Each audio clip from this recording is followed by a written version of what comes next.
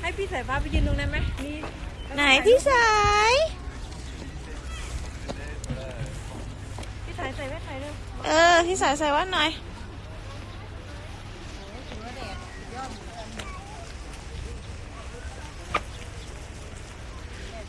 พี่สายเร็วระหว่างที่รอแม่แต่งตัวนะคะ เราก็เบบี้ซิทไปก่อนพี่สายโอ้โหใส่แว่นสิร้อนถ่ายรูปไงถ่ายรูปเดี๋ยวดูพี่เดี๋ยวแป๊บนึงให้พี่ดูถ่ายรูปไงครับนี่ส่งจุ๊บไงส่งจุ๊บยังไงส่งจุ๊บยังไงเอาไงปะเราไปดูนกกันดีกว่าอ้วนครับอ้วนรู้สึกยังไงคะโนโอเคโนอ้วนบอกว่าโนนะคะโนไม่ได้ไม่ถ่ายกินน้ำอยู่ไม่ถ่ายไม่ได้โนดูนี้ดีกว่านี่ให้ดูบรรยากาศตอนนี้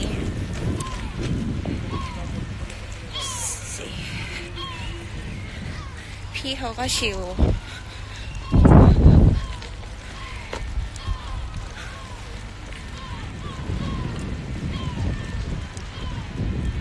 วันนี้อย่าลืมรอดูแม่ด้วยนะคะพี่สายนี่ใครอะหมาเปล่า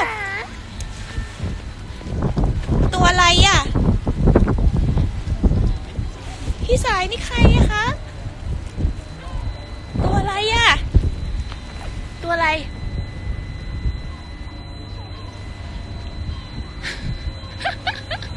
อ้วนครับโนโอเคโนกินน้ำอยู่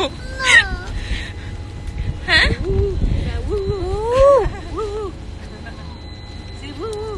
ตัวอะไรคะ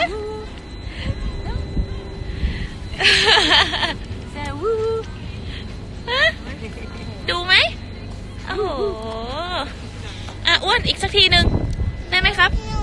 โนโอเคทุกคนเข้าใจแล้วนะว่าอ้วนบอกว่าโนห้ามดราม่าว่าเราไม่ถ่ายอ้วน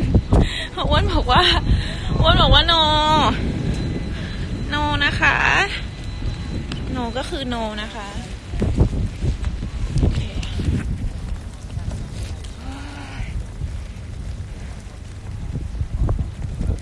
แม่รอดูแม่นะคะวันนี้นะคะพี่สายก็รอดูหมามีใช่ไหมวันนี้ตบมือด้วยตบมือหรือเปล่าพาพี่สายมาดูนกชมวิวโอ้โหนี่เฮียเขาลุกเขาเต็มจริงๆเลยอ้วนอีกทีได้ไหมครับโนโนโอเคโนก็โนไหนเครื่องบินพี่สายคอปเตอร์โอเคอากาศดีมากๆ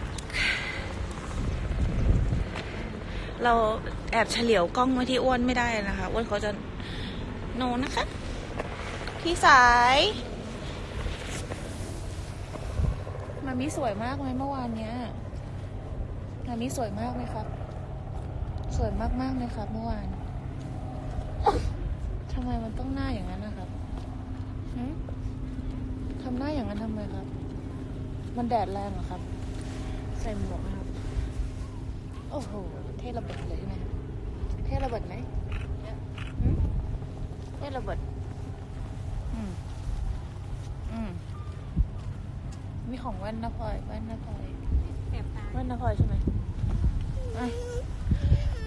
โนอ้วนไม่มีใครถ่ายอ้วนเลยป้าเจี๊ยบถ่ายนกถ่ายลมใครจะถ่ายอ้วนไม่มีใครถ่ายอ้วนเลยเนี่ยมาถ่ายวิวทั้งนั้นเลยไม่มีใครไม่มีใครมองอ้วนเลยอุ๊ยพี่สายวันตกพี่สายครับโอเคครับไปโอเคไปอ้วนห้ามเลยห้ามให้เห็นว่าถ่ายรูปอ้วนเลยนะคะ วนไม่ได้เลยอ้วนโนนะโนอ้วนบอกว่าอ้วนโนไหนอ่านคอมเมนต์หน่อยดิอะไรเนี่ยพี่สาย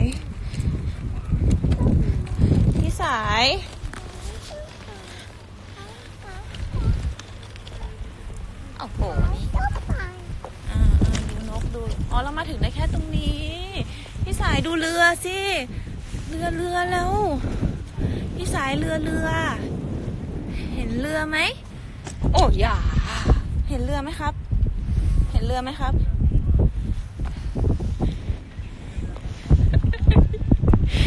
ห้ามให้อ้วนเห็นว่าถ่ายอ้วนอะไรจ๊ะเราไปดูเรือกันดีกว่า